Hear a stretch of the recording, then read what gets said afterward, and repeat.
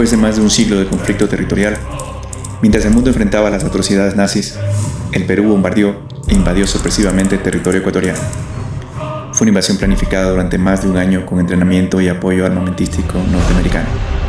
Las tropas peruanas se reunieron en el agrupamiento del norte, atacaron por tierra, aire y mar, lanzaron miles de bombas sobre la ciudad de Machala y por primera vez en la historia del mundo cayeron soldados paracaidistas en una incursión armada. El Ecuador no tuvo capacidad de reacción y su presidente, Carlos Alberto Arroyo del Río, abogado en funciones de los consorcios norteamericanos, muy cuestionado en Ecuador, disminuyó el presupuesto del Ministerio de Guerra y concentró las tropas en Quito y Guayaquil para defender su presidencia, no el territorio nacional. A la interna existía una división.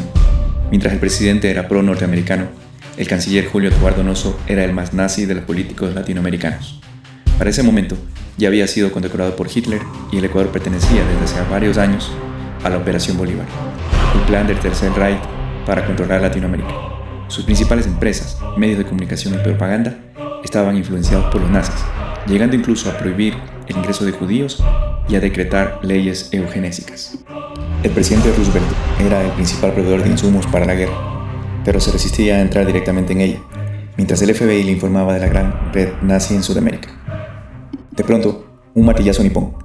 Los japoneses, aliados de Hitler en el eje Roma-Tokio-Berlín, atacan Pearl Harbor y destruyen la principal base norteamericana, obligando a Estados Unidos a entrar abiertamente en la Guerra del Pacífico. La amenaza continental, en ese momento, fue una realidad. La gran ventaja que necesitaba Hitler en América para golpear al principal proveedor de los aliados estaba cerca. Tanto en los informes del FBI como en los análisis estratégicos, Ecuador se convirtió en el sitio clave para controlar el Pacífico y proteger el Canal de Panamá.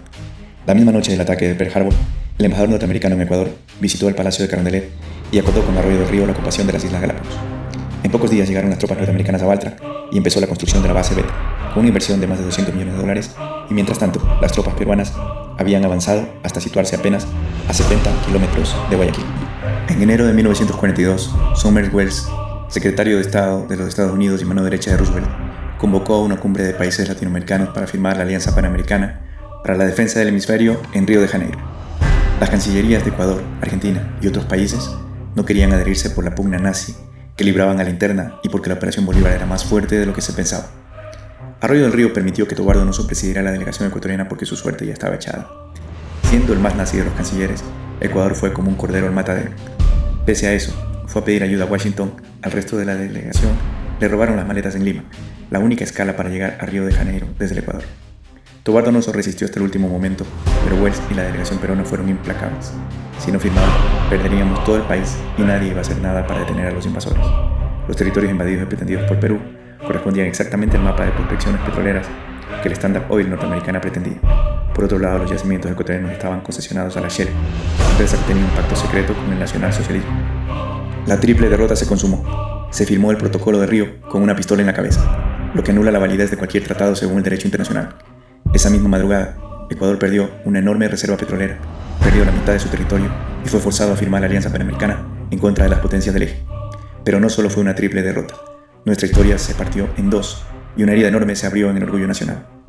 Poco tiempo después, los ecuatorianos leyeron en la prensa, con asombro e indignación, que Arroyo del Río fue homenajeado en Estados Unidos por Rockefeller y la Casa Blanca, siendo nombrado apóstol del panamericanismo. El pueblo ecuatoriano, tras calentarse a fuego lento, en menos de 2 años explotó, bajo la inspiración de un gran líder que, pese a todas las críticas, enrumbó a su patria durante 5 presidencias del siglo XX, José María Velázquez Ibarra. El 24 de mayo de 1944 aconteció la más grande revolución de todos los tiempos en el Ecuador. La Gloriosa encumbró a Velázquez Ibarra a su segunda presidencia, expulsando con furia a Carlos Alberto Arroyo del Río y dando paso a un periodo de transición democrática al finalizar la Segunda Guerra Mundial.